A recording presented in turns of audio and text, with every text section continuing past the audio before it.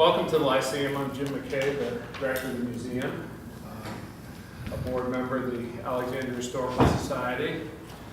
We're very pleased to have this program tonight, but before we get to that, Audrey Davis from our Black History Museum is going to get us started. I wanted to mention a couple things. I wanted to remind you that we have a big exhibit, a new exhibit opening downstairs. You may have seen as you came in, the Colesmith Gallery toward the back of the building, called Alexandrians Fight the Great War. It's about Alexandrians in World War I. This, of course, is the centennial year of when the United States got involved in World War I. I had originally intended to open this back in April, which is the actual 100th anniversary of us declaring war on Germany. That was not going to happen, so we pushed it back to June, and believe it or not, we are going to open on Friday. Despite what it looks like in the gallery, and I won't show anybody what it looks like in the gallery. It always looks like that beforehand, so don't worry. But some really great stories came out of that research. I've been working on this for 3 years probably. My brother, who is Welsh actually, but lived most of his life in England, kept feeding me information about the World War I anniversary. Well, of course, it started in Europe in 1914, so in 2014, everybody in the UK and France and Germany was getting all excited about celebrating this anniversary and telling these stories. Well, it was a little early for us, but now it's our turn. So come back on Friday and see that exhibit. It will be up for a while. The exhibit's going to be open for 2.5 years because I want to keep it open through the 100th anniversary of the first Armistice Day in 2019. That was November 11th, 1919, what we refer to today as Veterans Day. That was changed in the 1950s from Armistice Day. So it'll be up a while. There's a lot of neat stuff in there, a lot of interesting stories, a whole nother shipyard separate from Jones Point, which nobody's ever heard of before. It was up at the north end of Old Town. Actually built stuff that was in use during the war as opposed to Jones Point. So a lot of good stuff in there. Women working in airplane factories, all kinds of neat stuff. So starting Friday, 10 o'clock, when we open the public, that exhibit will be open. So, but let's change gears now and talk about the Fort Ward community and some wonderful church history. So Audrey, why don't you get us going? Thanks, Jim. Thank you. Tonight gives me great pleasure to introduce our speaker, Adrienne Terrell Washington. I've known Adrienne for a long time and consider her a good friend. And I think tonight for us with the Historical Society, and I think members of the Fort community would often say that the African American history of the Fort, I think, was often very neglected here in the city of Alexandria. Everyone was focused on Old Town, but we rarely talked about what was going on in the West End of the city, which was just as vibrant and interesting a history. And tonight, Adrienne is going to share not only the community history, but the church history, and how those two are linked together. And Adrienne, many of you know her professionally or may have seen her work. Currently, she is an adjunct professor at Northern Virginia Community College and also the University of the District of Columbia, where she teaches English composition and urban studies courses. She was also taught at Catholic University and at Potomac College. Ms. Washington, or Adrienne, was a columnist for the Afro-American and the Washington Times. And if you are a true local, you remember Adrienne for over 10 years as one of the anchors of Reporter's Notebook on WRC with Joe Krebs and Pat Lawson News, which was always a very entertaining program about what was going on in the DMV, all of the issues, current politics. So Adrienne is well-versed on a variety of topics. Adrienne has her master's from Johns Hopkins University and her degrees in nonfiction and fiction writing. And she is one of the founders and a member of the Fort Ward Seminary and African American Descendants Society.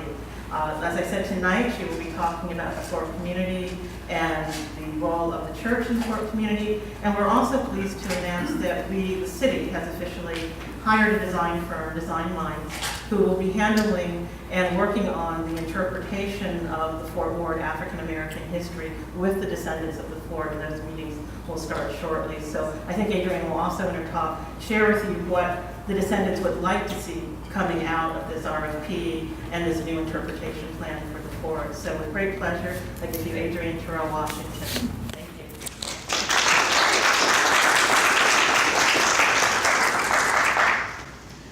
Thank you. I'm usually up and about and pretty vibrant, but I am coming off of a emergency operation. I was in the hospital for 21 days, and it's been I've been home about 2 weeks, so I'm still a little shaky. So I apologize that I had to sit tonight, and I'll try to do the best I can, given that I can't be my usually bouncy self, bouncy, bubbly self. First, I like to do what I've been taught to do, which is to give honor to God, our Creator, to give honor to my ancestors who's gone before us and whose shoulders I stand upon, to give honor to my elders with whom I would not be able to have the support that I've been able to have all these years that got me places that, I probably wouldn't have gotten. My grandmother, Beatrice Terrell's motto was always, "Nothing beats a failure but a try." That is the title of my dissertation at Johns Hopkins, "Nothing beats a failure but a try." This is the legacy and the moral code that I learned as a child. We've come this far by faith, leaning on the Lord, trusting in His holy word. He's never failed us yet. Oh, can't turn around. We've come this far by faith. Now, I can't sing a little bit, but I can write well. You don't get all the talents. I wasn't in the singing line. But I come from a singing tradition. I come from a praying tradition. I had a praying grandma, right? On Sunday mornings, every Sunday morning, my grandfather was a deacon at the church. My grandmother was the church clerk for over 35 years. My great-great-grandfather was one of the founders of the Oakland Baptist Church, right? And I'm going to give you some history about that. But every Sunday morning, while the food was smelling, we were in the living room. This is the only time we went in the living room all week. And my grandfather, we would have church before church. My grandfather would make us sit there, kneel, and we would listen to a scripture. He would pray, and he would sing a spiritual, just like the one that I told you. One of his favorites was, "Like a tree standing by the water, I shall not be moved." He loved that song. So before we went to church, we had church, and as I like to acknowledge two of my colleagues with the society, Carol Johnson, she's a Wood, and Brenda Adams, she's an Adams, which is a name you'll see. I also would like to acknowledge my students who I told them they could have 100 points if they came to my lecture. So would you three stand up so we could see that I'm still corrupting young minds.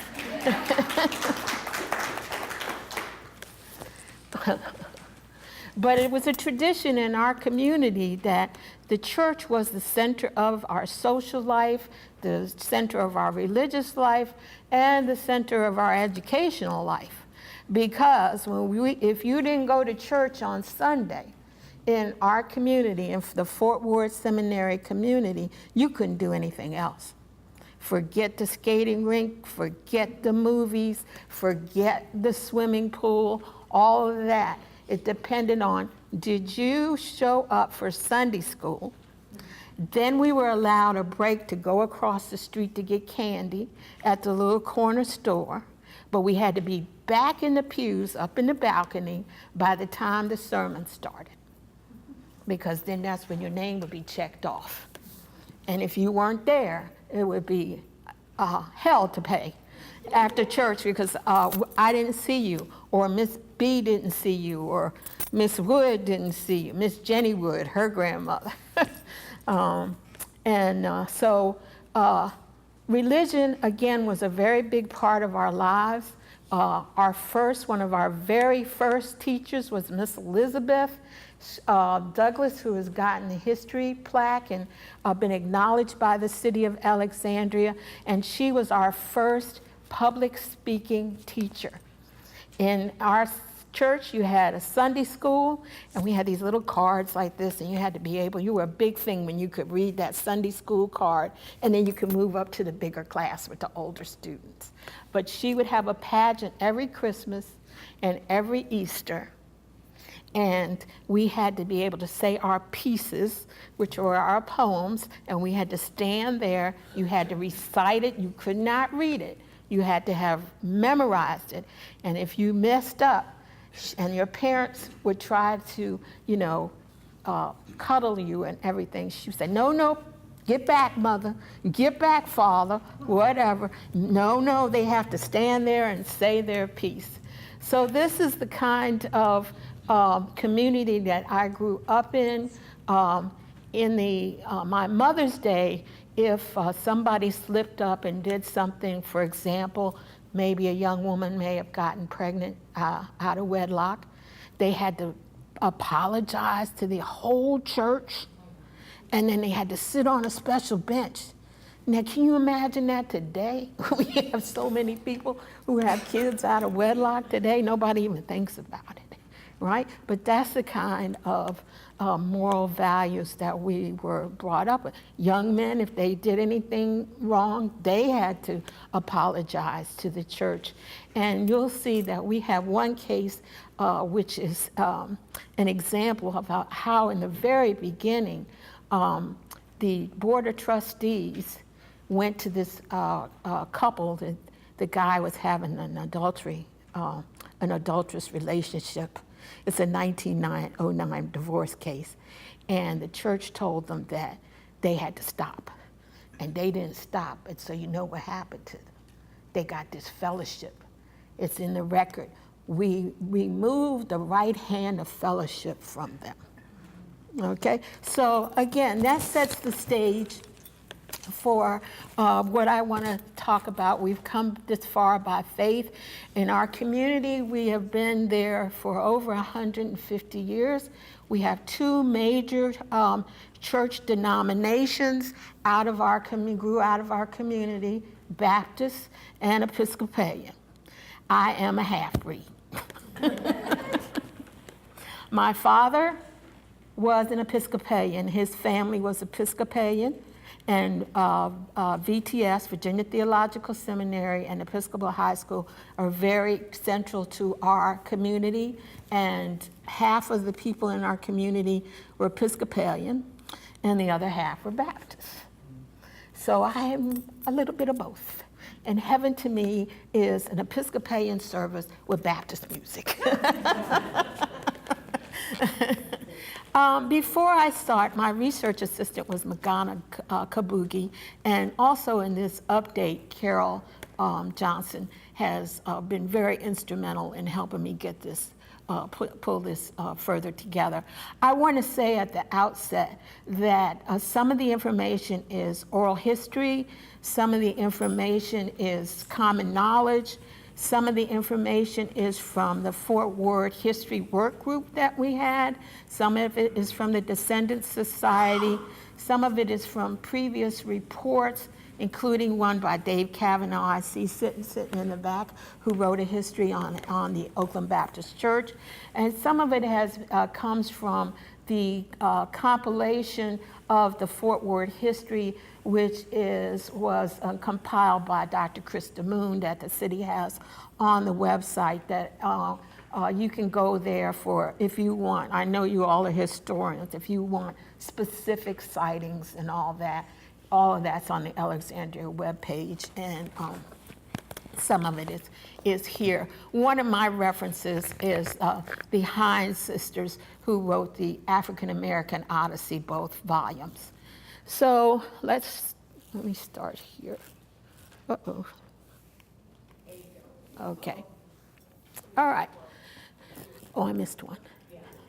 Here's a great photograph that comes from the collection, the Daniel Murray collection, prints and photographs from the Library of Congress.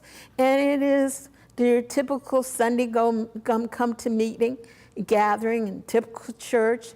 You see everybody dressed up all fancy and in their hats.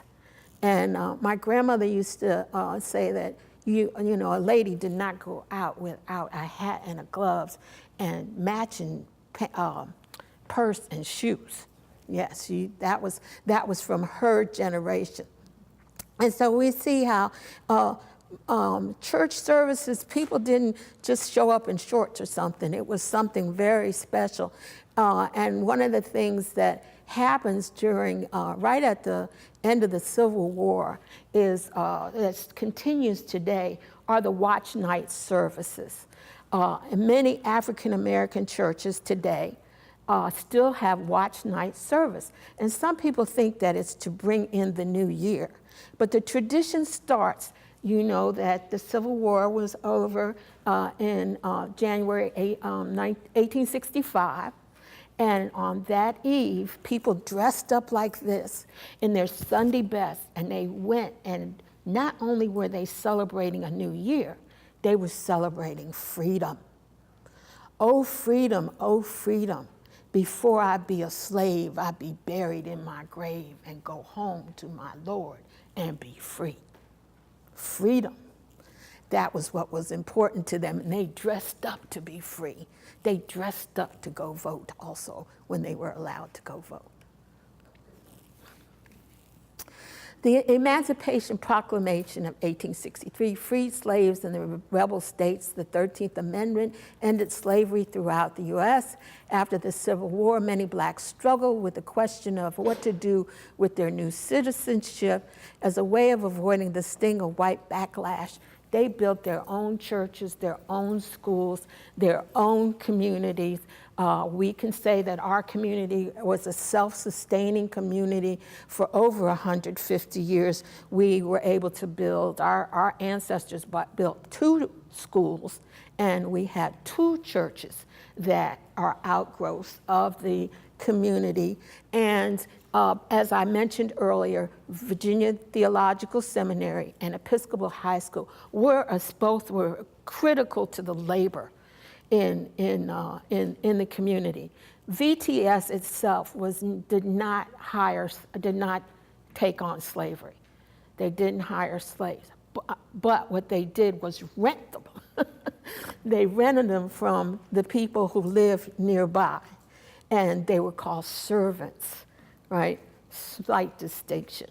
One of the servants comes from the home of Cassius Lee, Minokan, which is right next to VTS.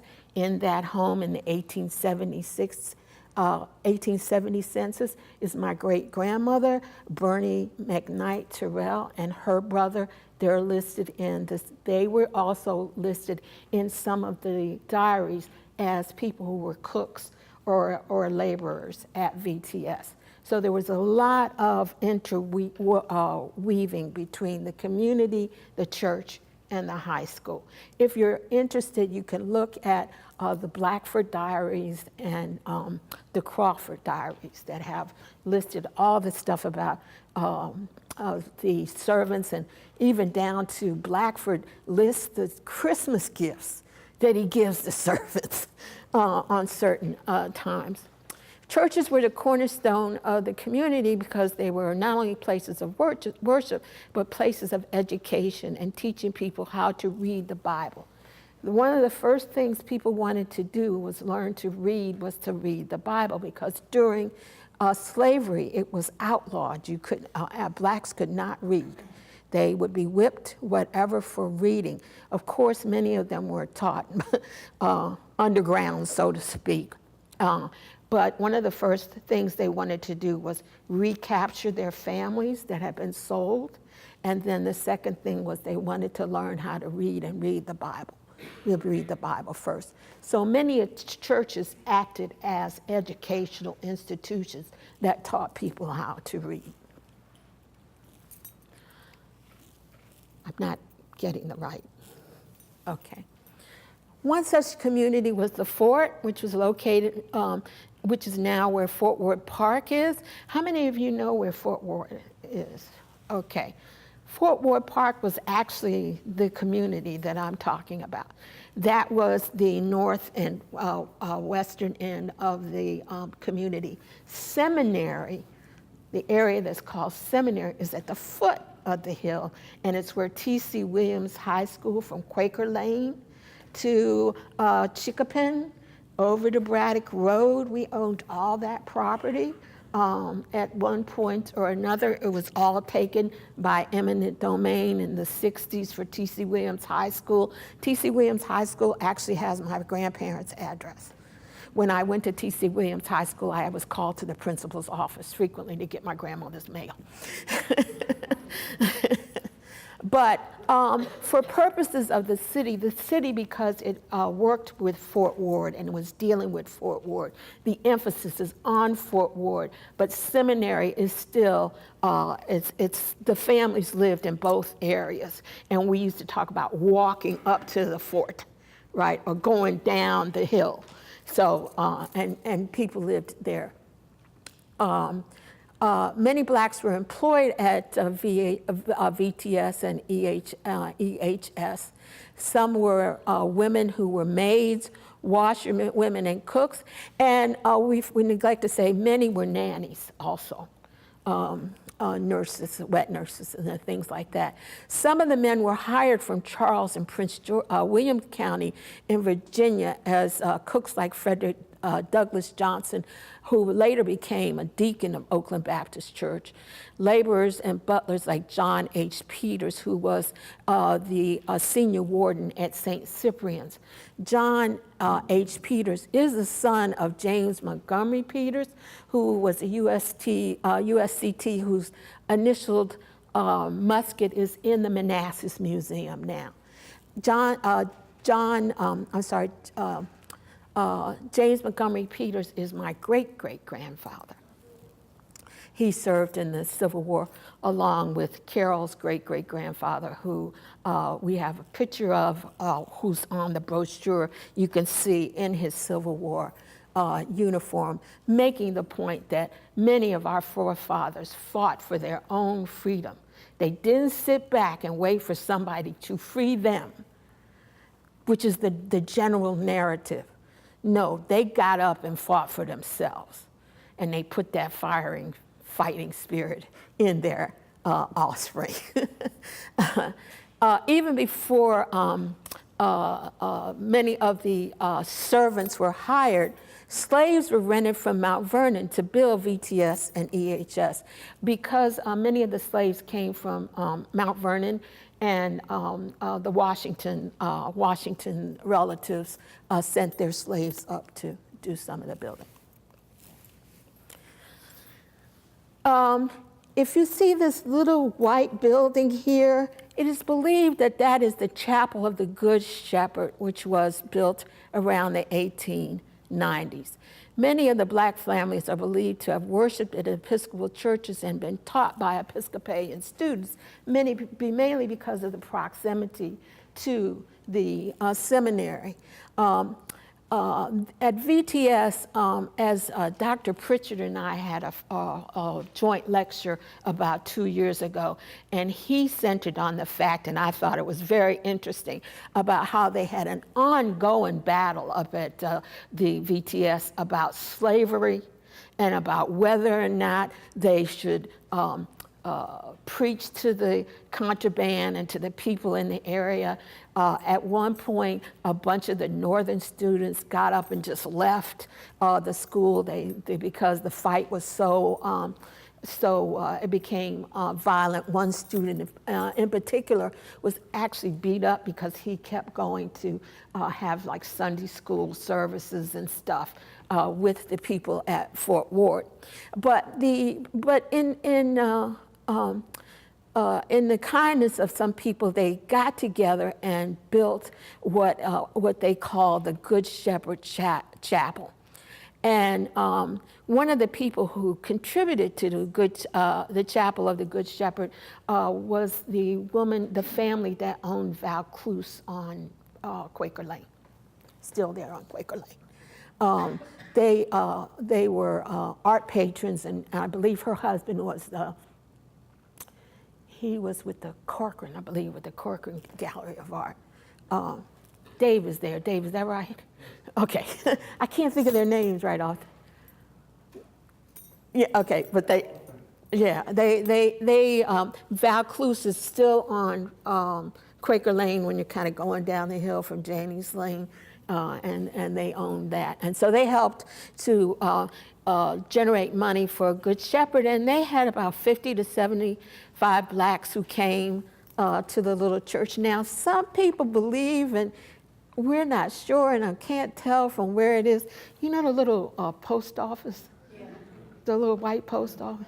Yeah. There's oral history that might have been the Good Shepherd Chapel, but I don't hold me to that. Okay, that's just what some people like to say. There are plenty of records up at VTS about how many people went to church there, the confirmations, the weddings, the funerals. So it operated for some time. It relocates to Fort Ward, to the property, which is now Fort Ward, to that area. And it's renamed St. Cyprian's because some people in the area always called it St. Cyprian's. That is something that we need for further research about why there was these two names with the one church. Okay. Good Shepherd is built under the leadership of Mr. W.R. Savage, who received funds from supporters in the North and the South and was inspired by his father's mission work in Africa. A lot of the Episcopalians, I'm not sure if you're aware at that time, were part of the colonization society that wanted to send African Americans back to Africa because they said they could never get a fair shake in America, and they were right. Just an aside, I haven't lost all my feistiness. Okay. St. Cyprian served as an all-purpose place of worship for African Americans, hosting baptisms, weddings, confirmations, and funerals, right? As the U.S. became entrenched in World War II, St. Cyprian finds itself unable to continue operations and consolidates with another African Episcopal congregation, which is Meade Memorial. If you look at this building right here at the top, and which is still being excavated with the archaeology just as recently as last month, this building here was originally, the land was donated by Robert and Clara Adams. There's an Adams descendant back there. Raise your hand. Okay. They were co-founders of the Oakland Baptist Church, and she is the aunt of Charles Knight, who later is the superintendent of St. Cyprian's and the senior warden of Meade, who we believe may be in Clara Adams' arms. Clara decides that she's not going to be an Episcopalian anymore. She is one of the ones who's of the belief that Episcopalians are really not Christians. And you know, there's always been sort of that fight, that sort of tension between Episcopalians and Baptists over who was the better Christian. At least, especially among African Americans. And we have other people who are quoted in diaries who say things about why they decided to become Baptists instead of remaining Episcopalian.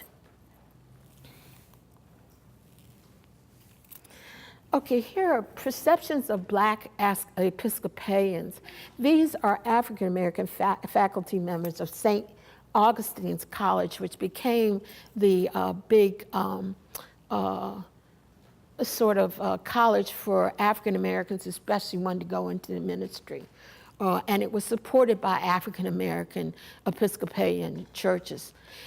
This is from Hines' Odyssey. The Presbyterian, Congregational, and Episcopal churches appealed to most prosperous members of the Black community. Their services tended to be more formal and solemn.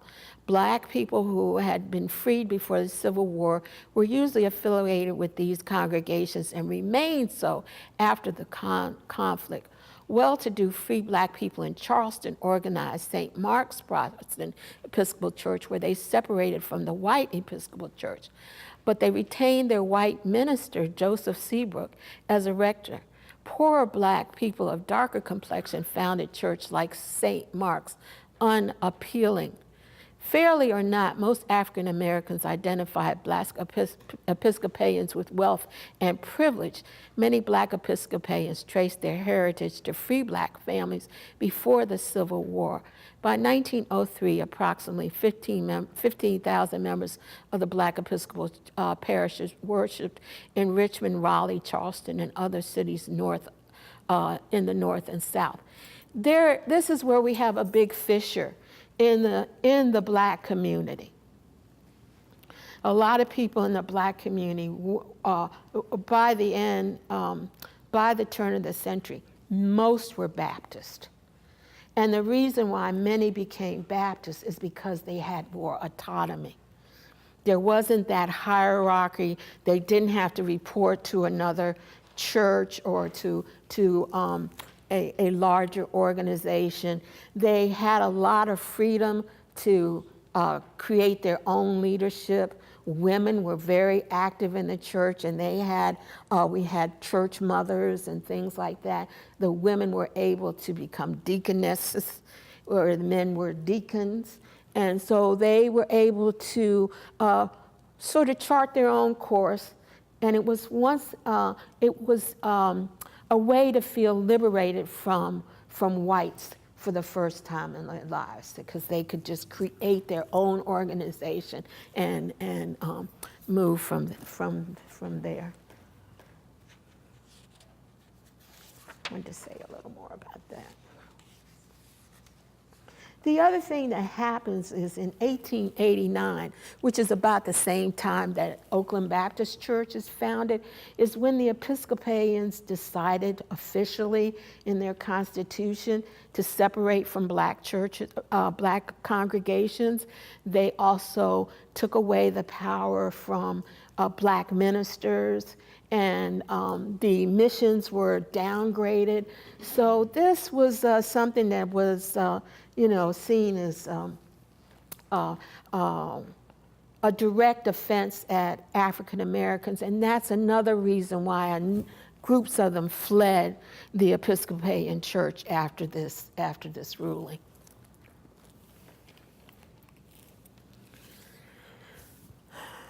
Okay, so we get back to what happens to St. Cyprian. According to the Diocese of Virginia's 1920 parochial report, the chapel was closed during the 1918 and 1919 during the World War I because of the financial effects that the church was feeling overall, and the cutbacks were especially attended to the African American missions. The chapel was expected to reopen in the spring of 1920. Because of inclement winter weather and the location of the chapel, attendance was poor. You can't see that the church, and I'll show you a modern day picture of where it is back up behind the cemetery, back up on a hill, and there's a thing we call Schoolhouse Lane. People knew where they were going. They could get down into there, but it's not on the street. And at that point, there were only 2 roads into Fort Ward, and you kind of had to know how to get back in there to the church. Most of the people who went to the church at that time actually lived in Fort Ward, the fort. In 1944, the Standing Committee of the Diocese of Virginia reported that it gave its consent to the sale of the property of St. Cyprian's Chapel, which had suspended operations. The proceeds of the sale went towards the development of work at Meade Memorial Church. Here's my Uncle Johnny and my cousin Juanita. He was at one point or another, the lay reader, the warden, and the treasurer at St. Cyprian's, and he was a chauffeur over at VTS. And again, I told you he is the son of James Montgomery Peters.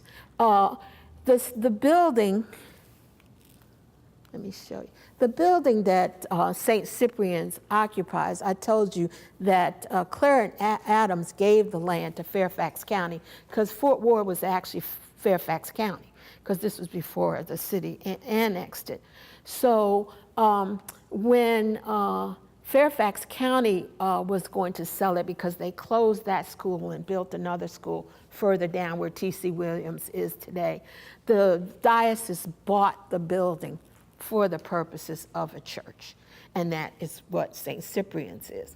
Then the diocese sells it to private owners, and it becomes a private home. So this building it's like an all-purpose building. It's had many, many purposes in our community. So we have here the Baptist Church and the Episcopal Church. Again, some members of the Fort community remained Episcopal and attended St. Cyprian's and later Meade Memorial. Some became Baptists and found Oakland in 1891. Actually, Oakland, I'll give you a little history on that, starts in 1880 in one of the groves. According to Samuel A. Walls, a black Episcopal congregant comes into adulthood, they are drawn away to the large Baptist church, Oakland, near the seminary and high school grounds on account of its wider social life. Okay, so more people were going there, a lot of more things were happening there. And so we see a lot of people shift over to Oakland. Once liberated, black men and women organized their own churches with their own ministers. Most black people considered white ministers incapable of delivering a passionate and meaningful message. You know, there was no fire and brimstone. You know, sometimes it was sedate, you know, so they wanted something more soulful, you know what I'm saying?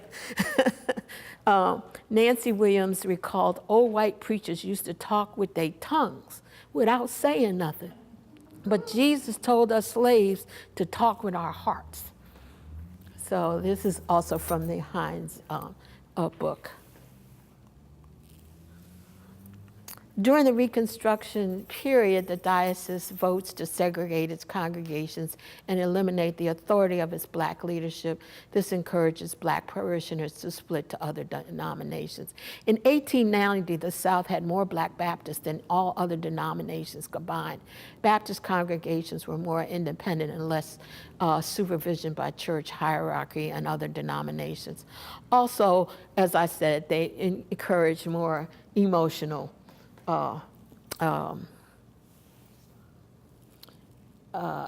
activity. I'll say that. You haven't lived until you go to a Baptist church. Okay. Okay. Meade is established after, Meade actually is an outgrowth of Christ Church. The African Americans at Christ Church. Eventually, Christ Church helps builds Meade. It starts out as a mission, and Meade has its own history before the St. Cyprian's congregation joins it. It was very tenuous for a while too, because again, as you can imagine, these mission churches did not have a lot of money and they did not have a lot of support. So it took them years really to get built and up and running. It was established in 1869 as a mission affiliated with Christ Church, reserved for African Americans. The Fort Ward connection is Emmett E. Miller, Jr., the son of Emmett Sr. and Lavinia McKnight Miller served as the rector. Lavinia McKnight is the daughter of Harriet Stewart McKnight Shorts. She was married twice. Her first husband died, and she had about eight children by him. And her property, then she marries Burr Shorts, and the first recorded deeds in Fort Ward is of Burr and Harriet McKnight's property. And that was eventually divvied up, and you saw that Clara Adams, who was their daughter, gave away some of her property, and you'll see where other McKnight children gave away property to Oakland Baptist.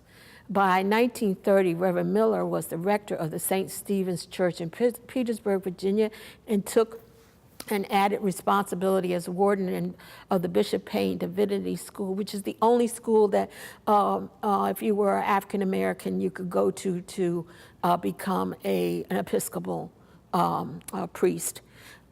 In addition to his duties as warden, Reverend Miller also taught psychology and homiletic.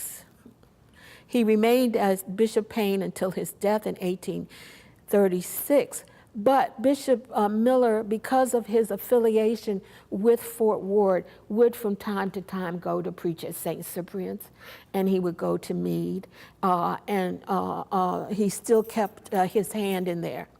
Again, St. Cyprian is consolidated into Meade in 1944, as we explained earlier, because of lack of funds, lack of attendance, and it was not prudent to keep both missions going under those circumstances. Okay. Some of the Fort families that remained Episcopalian were the Cravens, the Randalls, the Thomas, McKnights, and Peters. And here in this fourth picture is a picture of Juanita Peters, Warren Randall, and Rosie Craven in front of the Cravens' house. So it shows three of the Episcopalian families. The Cravens are still very much involved in Meade. Meade wouldn't operate without the Craven family today, right today. The Randall connection, again, would be me, because my father, who's standing in that doorway, is a Randall. Barbara and Earl Anthony Randall in front of Jesse and Lanier Randall's home. Barbara Randall is married to Garfield Burton. Garfield Burton is a senior warden at Meade. He's also a senior usher at Meade. He's the guy with the keys. You know how every church has a man with the keys? He's the one who opens up the door, he turns on the lights, he does the furnace, whatever. Everybody looks for the guy with the keys in any church, and that's Mr. Burton.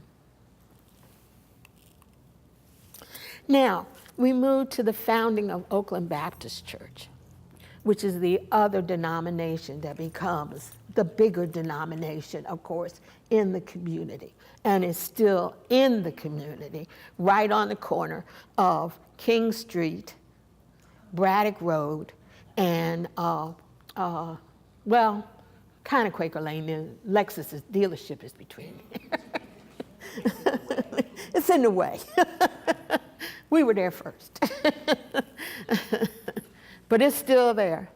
Founded in 1888 as the Oak Hill Baptist Mission in what is the southeast corner, we believe, of VTS, and land that was owned by, I believe the man's name was Steele, I'm not sure.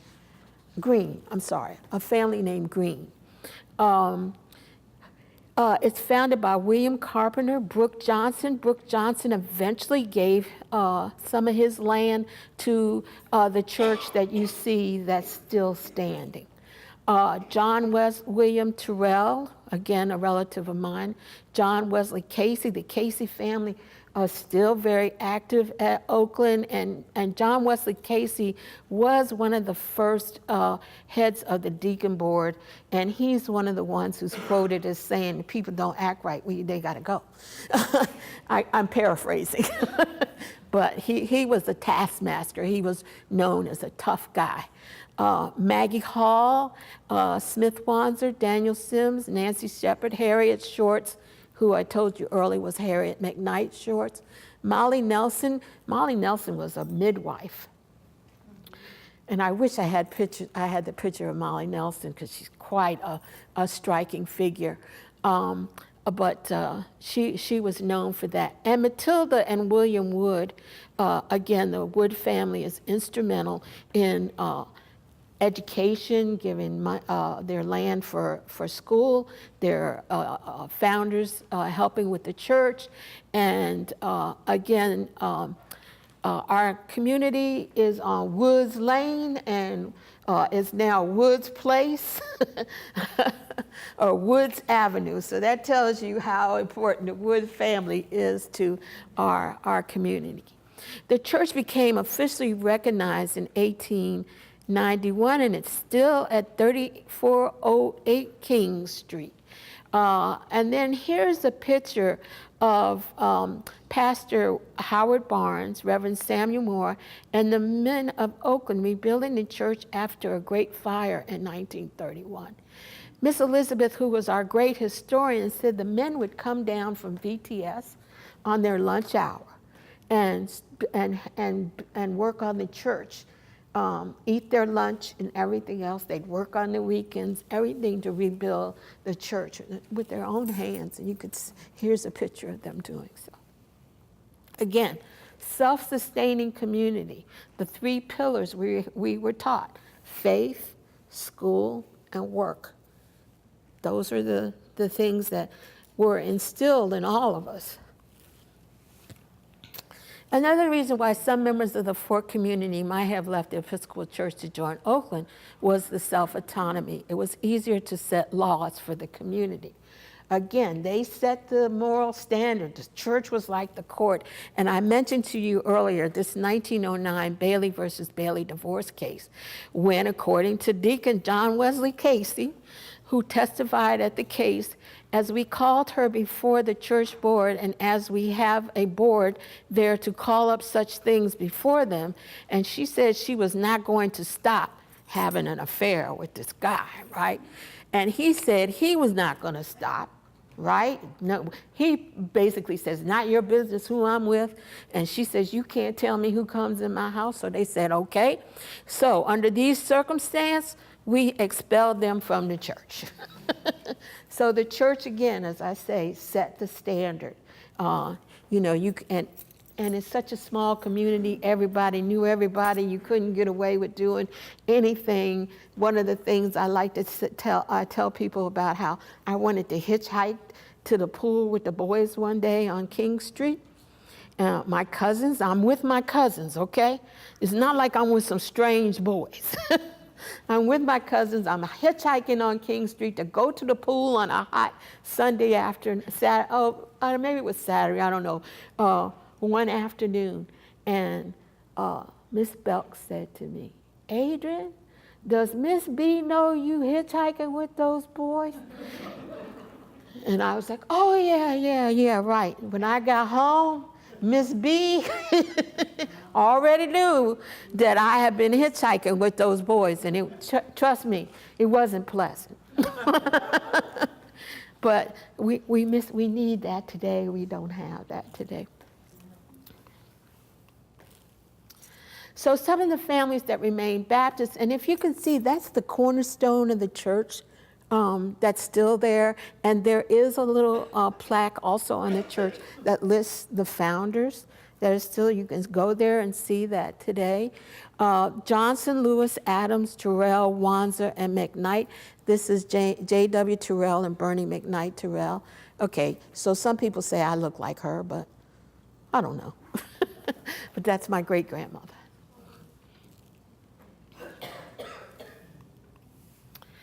Okay, one of the things, I'm sorry, let me go back. One of the things I wanted to tell you is that there were a lot of youth activities when we were in church. And I'm sorry, I had a picture of, we have a picture and it's online on the city's website because it's been uploaded. And we have brochures here also. And if you get a chance, go out to Fort Worth and you can see the signs, the heritage trail that we have been able to do with the help of the city and with the Fort Worth History Group. But we had a lot of youth activities, and we had a picture of the Sunday school during the anniversary where they had us all lined up. You know, the older to the youngest kids. And I mentioned the Sunday school earlier, but one of the things that we got rewards in Sunday school. If you were good, you got to go to the annual picnic to the beach. That was the big thing. And one year we were very excited because they took us to Coney Island. I mean, that was the thing. You know, it's like, oh, we're going to New York. I remember seeing the Statue of Liberty, you know, I was like, yay. So again, it was educational, but it also gave us incentives to do certain things. We had Girl Scouts, we had Boy Scouts. The Oakland Baptist Church was very instrumental. They had a mission. We used to take up our pennies collection every week to send to churches in Africa for various things. That's how we learned some information about an international, you know, global, and we're not just in the world by ourselves. We also were very supportive of what's called the Baptist Mission that was up in Prince William County, which many of our ancestors come from, and there was the Baptist Mission also had a summer camp. Most of the boys got to go to that. It was more boys than girls. Don't ask me why. So although the community ties to VTS and Episcopal High School are not as strong as they once were, faith continues to play an integral role in the lives of Fort Worth and seminary descendants and their families. Here is the present day Oakland Baptist Church, which has been renovated, and now they're planning to renovate it again. It's right next door to T.C. Williams. You probably have seen it and didn't notice it, right when you sort of swing around that corner. To this day, Oakland Baptist Church and the West End and Meade, this is Meade here that you see in Old Town, remain central institutions within the Fort Worth community. Here's present-day Meade and present-day Oakland. Many Fort Worth and seminary descendants presently hold church leadership roles throughout Northern Virginia. Minister Alfonso Terrell at Oakland, Deacon Calvin Terrell at Oakland, Minister Clyde Casey, who is at MLK Church in Reston, Minister Stanley Brabby. Brabby isn't a name that you saw often, but the Brabbys are offshoots, are married into the Adams family. Which is another one of the main families in the community. Michael Casey worked with youth at Oakland. I think he's at another church now. And Roland Wanzer was a musician at Oakland. And it's not up here, but Brenda's brother is a deacon at Warner Baptist, right. And the other one is a trustee. Despite the ebb and flow of social change, the Fort Worth and seminary communities continue to survive. Here is the present-day location of St. Cyprian's, which is undergoing lots of archaeological work the city's been doing. This shows it with a little bit more vegetation than it has now because they've knocked down the fence to do the work. If you go there now, you'll see signs that say we're working on the area. The footprint of that building I showed you is still there. So when they cut the grass, you can actually see it. Here's another angle. This is what we call Schoolhouse Road, and there's some trees that just mark this road. I mean, it's been there over 100 years.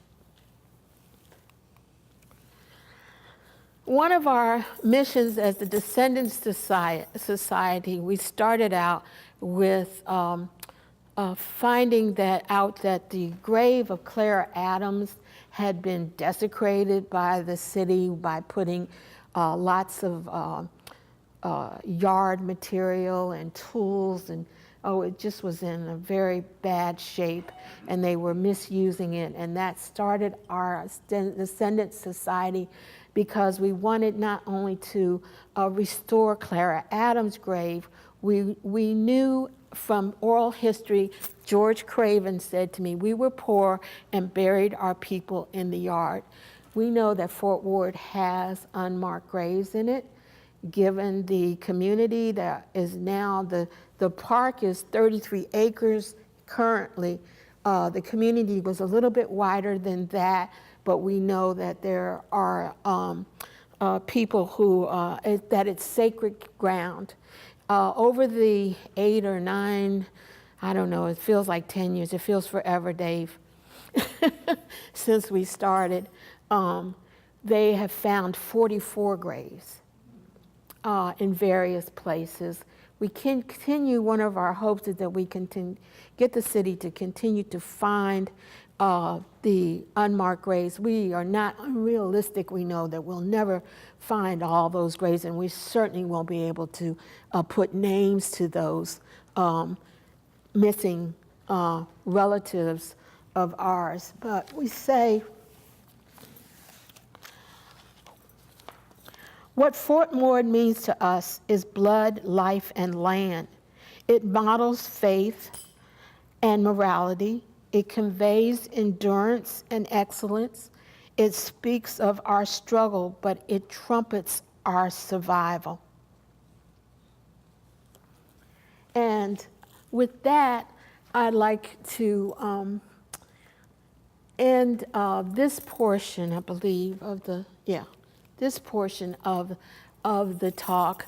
I've left out things, I know, but if you ask me some more questions, Audrey asked me to suggest some of the things that we would like to see happen. One of the things we were able to get an American Treasures grant to make these brochures and to get the signs that are currently in Fort Ward. So we have sort of a heritage trail. We want to get an exhibit in the museum there. We might have to help them expand because it's very tiny. If you've ever been to the museum at Fort Ward, it's about the size of that little area over there where the table is. Our hope is to have some of these things that are in the ground. This right here was found accidentally. It's the pier to the Craven home, that they saw some leaves and something was coming out of the leaves, and they started digging and digging and finally found this is the pier to their house. And the archaeology shows that unlike what the earlier narrative was, that the homes were substandard and needed to be torn down and everything, that there were substantial homes and roads and stuff in the community before the renovation, before the remaking of the fort as the defense of Washington. One of the things I also neglected to say was that Alexandria, was part of DC. And as such, there was more religious activity among the African Americans because the whites were not as afraid of African Americans who reading and starting a rebellion, because the area was already influx of a lot of African American contraband and everything. And the first churches noted is Alfred Street Baptist Church. I've neglected to say that is sort of the premier church that it started, and then you have Roberts Memorial, which is down the street here on Washington Street, Shiloh. There is a wealth of African American churches in Alexandria, and it's for that reason that DC, Alexandria was once part of the District of Columbia. So with that, I would like to conclude, and if you have questions, I'm certainly open to them. Yes. Thank you very much. This might be a whole new, different lecture about what happened to the families in Fort Ward. I mean, I guess I'm interested in how many people were there, how many families were in that Fort Ward, and did most of them stay in Alexandria, or are they sort of? Well, in the even though system, they maybe returned to Oakland Baptist for on Sundays. I guess I just have. I mean, I'm assuming whatever so that the question story is what happened to everybody Yeah. after Fort Ward is, The city claims Fort Ward as a public park. To this day, there are parts of the park that they really didn't need because people were living there and they've never done anything with it. Most of the people who lived in Fort Ward and Seminary who could afford it during urban renewal were put in our area we call Seminary, which is off of Quaker Lane on Woods Avenue behind T.C. Williams High School. There are 33 homes that were built as part of urban renewal. We called it urban removal. Many of the families were not able to afford to buy the homes. We do still have a number of families that have 2 or 3 homes because they pooled their resources or they were entitled to that much land. Carol's family has 3 houses, boom, boom, boom, right together. And my family has has a house across from each other. Brenda's family has one house on one end of the corner and another house, the Adams house, on the other end of the corner, which has since been sold. So most of us who were in those areas are living in that community that they call the Mud Town. You can look it up. And it was called Mud Town. We are convinced it was called Mud Town. There's some history about it being called Mud Town or Macedonia, but it was very convenient to call it Mud Town and then condemn it and then be able to use it for a public use, like T.C. Williams was the main public use that occurred, and then we were shifted sort of back off of Quaker Lane. I thought Alexandria was founded in 40, but again, until you said you were part of Fairfax? Right, the dividing line is Quaker Lane. That was the west, which is now called the West End. Right, the city annexed it, somebody helped me out, 1920, was it in the 50s? 47, something like that, yeah. So until then, because in Fort Ward, the school there was a Fairfax County school. And then when they built the new school in TC, well, TC is on its grounds now, it's Alexandria School. But you said you were also put out of T.C. Williams? They were building that too, you had moved over there, and then they decided to build. No, that was all our land. That was all the land of all the families that lived there. T.C. Williams High School. Everybody was displaced from there. From Quaker down to Chickapin. Okay, from Quaker Lane on King Street all the way down to Chickapin, all the way back to Key Drive. We had Woods Lane, Johnson Lane. There were people who lived down, almost bordered Chickapin. Miss Elizabeth lived across the street, King Street, Braddock Road, near where Everly Wheatley. All that was property that the African Americans owned when I was coming up as a child. And up at the fort, as we say, at the fort. We would go to the fort, for example, to Miss Maydell's house and have big parties and that kind of thing in the parkland. So were they paid? They were paid, but of course they were not paid market rates. And our homes are built on essentially floodplain, which it shouldn't have been, and there was a lawsuit about that, but our parents lost the lawsuit. Today, some people's basements still flood. What year was that? 60, our house, well, TC opened in 65. So it was early 60s. How did the everything else that was gobbled up around They it. did not touch the church, can you believe it?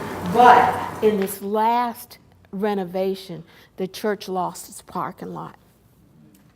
I mean, if you, I've been driving It's now squeezed between Lindsay, and then there's a street now instead of the park. Yeah, yeah. It's like in like the square of the shape of a piece of cheese, a piece of pie. Was Blessed Sacrament, the Catholic Church on that one? No, that was over on Braddock, on the other side of Braddock. Yeah, Brenda was one of the people who went to Blessed Sacrament, and so did Carol from our community. There were the few that went to the Catholic Church. I had to go to New Haven during the massive resistance to go to school. And then I was brought back when our community, people in our community sued for the African American children to go to Minnie Howard. They made them take a test to see if they were intelligent enough to go to Minnie Howard. And then I came back from New Haven and went to Minnie Howard the last year, I think it was the 7th grade or 6th grade or something like that. Yeah. But my family sent me to New Haven during those years when there was all that trouble. Yeah. Are there still a lot of properties that are subject to eminent domain? In Alexandria? Yeah.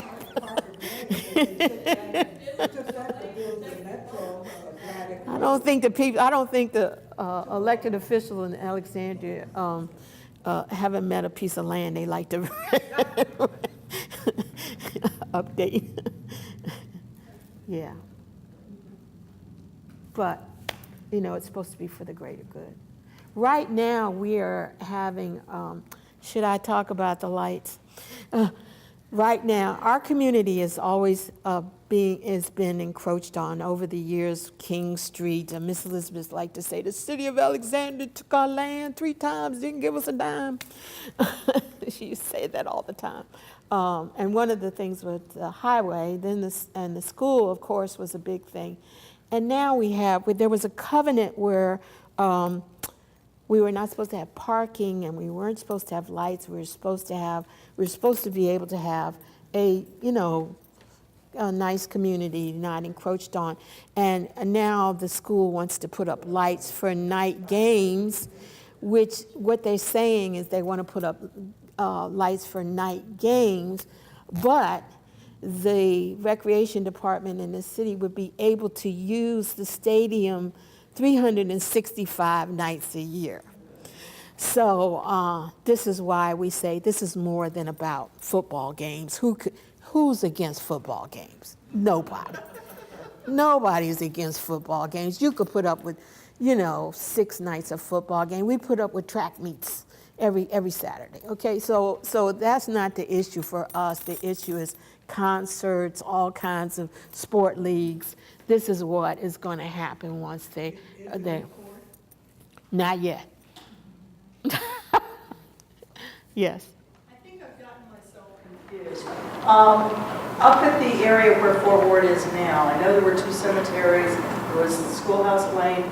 Were there also residences up in that area, or was it? It was all residents. It was, okay. Yes. The fort itself was, there are records and deed records of homes on the fort. The Jackson Cemetery is at the foot of that one of the walls. There is a record that someone found of 2 burials actually inside the fort walls. These are things that the city still needs to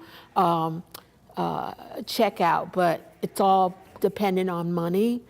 And, it's hard to argue for money for some of this historical research, as you well know, when you're up against things like books for school or lights for stadiums and food, right, things like that. Is there a sense of what the size was of the community at its height of the fort and Seminary Hill? Is there I'm really bad with that. The park itself is 33 acres, but my uncle's property is what is currently St. Stephen's. And then he sold most of his property for St. Stephen's School. And then across the street, there was the Thomas family lived there. So we were all in that area. And then I said, like on Braddock Road, and then from from Quaker Lane down to Chickapin, all the way back to Key Street. So I'm not good at how much property that is. All that is in the census, all the deeds. Our Fort Ward History Work Group has the chain of command, the chain of transference of all the land. All that has actually been researched. And I could go blow by blow about that, but I wanted to concentrate on how important the churches and religion was that sustained our community all these years. We have been encroached upon. We have been, there were people who, when TC was built, who said, don't give them anything. There are people, when TC has been rebuilt, the last incarnation, who came out and said, well, why are those houses there anyway? They should be wiped out. Give them money to go. So we have constantly, over the years, fought different efforts to move us out, and we say we're still here, and we're still here because, God's looking out for us. Where can people go then to look at the things that you have in place that you're talking about? You can go to Fort Ward. Our hope is that some of these things will be, the physical remnants will eventually be showcased. They know exactly where this is, and we want to be able to, one of our hopes is to have that opened and have another sign there that explains what that is, part of the Craven home. The schoolhouse, one of the hopes is to have that excavation so you can see the footprint that is still there, and so children can just kind of see it, touch it, know what it is. With this new interpretive group, we're supposed to be planning with them on what are some of the resources and deliverables that we can have that show this community, because even though our community really is just a model of what happened to a lot of African American communities in the South throughout especially through the Reconstruction, through the turn of the century. We went through the whole, we went through slavery, we went through Reconstruction, we went through civil rights, we went through urban renewal,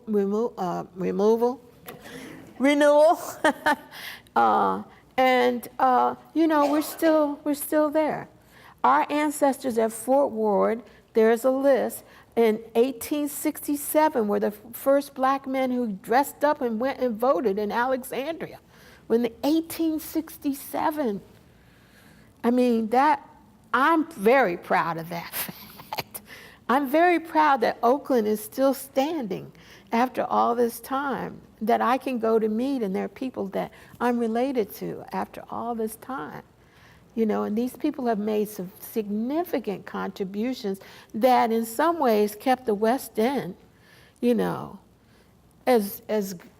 preserved the West End for what it is today, Your connection of the church with the African community. I read somewhere that was one thing that the plantation owners pushed was Christianity.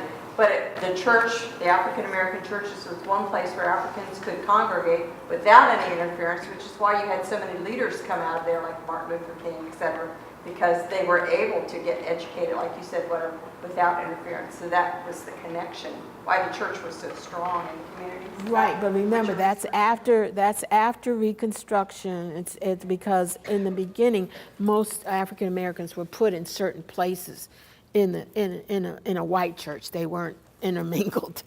As I'm trying to think of who said this, but Yeah, they were in the balcony, but 11 o'clock today is the most segregated hour in the United States of America. That really hasn't changed. You can go to any church, you have all white churches, all black churches. You have very, I won't say few, there are more than there used to, where you have mingling of a variety of people. But the church is instrumental because this is where men were able to be leaders. And, the pastor of a church was like, God on earth.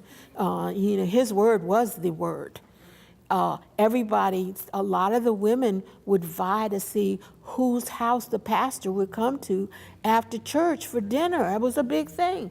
If the pastor came to your church, and the pastor came to our church home a lot of times after church, and I was like, golly, when is he going? Because the children did not get fed until the pastor had eaten. And you respected your elders then. In white households, that was the same concept as I was growing up. Yeah. The rector was Maybe coming it's for a Sunday. southern thing, you think?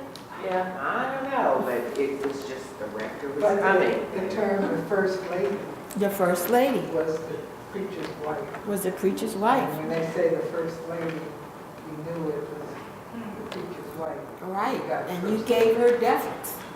You certainly did. Or the mother of the church, Clara Adams, I mentioned, and you saw her picture.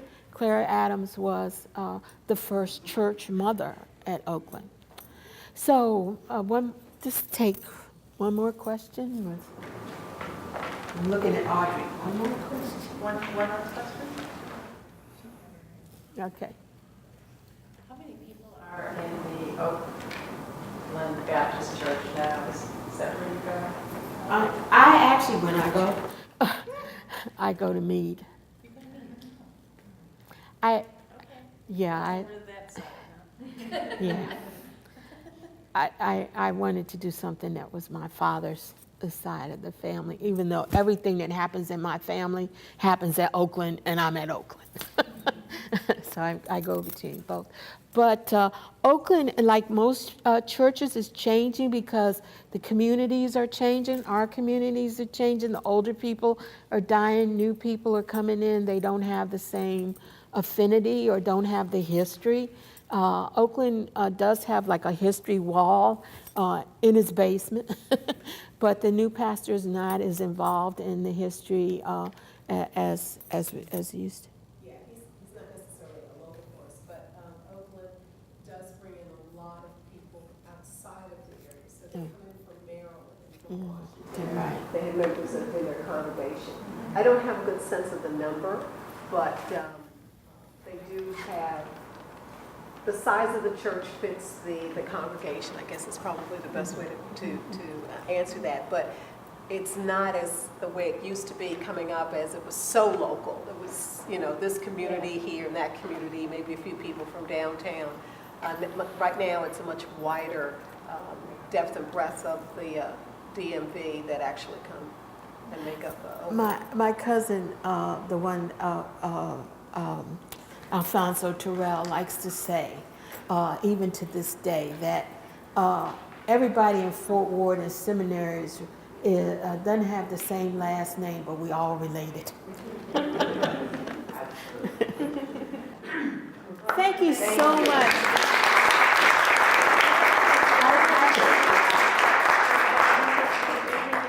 And as Adrienne was saying, and as I was saying in the intro, Design Minds has been hired to be in charge of the interpretive plan. When the meetings start, many of the meetings will be open to the public, so if you have ideas or just want to come and listen and learn more about the Fort community and interact with the descendants, you are welcome to do that. So you can find that information on the Rec Department website or the Office of Historic Alexandria website. And then a lot of the people that Adrienne mentioned, some of them we do have oral histories on. So you can certainly go on our website, and they are also doing more oral histories with a lot of the older members of the community. So keep going back to the website, because as they continue to do Yeah, there's a oral lot on histories, they'll be OHA's added. website about the Fort Ward community, and we have a webpage, but you know. But I want to just thank everybody for allowing us the opportunity to give our information about our community, so you know that Alexandria is not just about Robert E. Lee and George Washington. Amen. Thank you.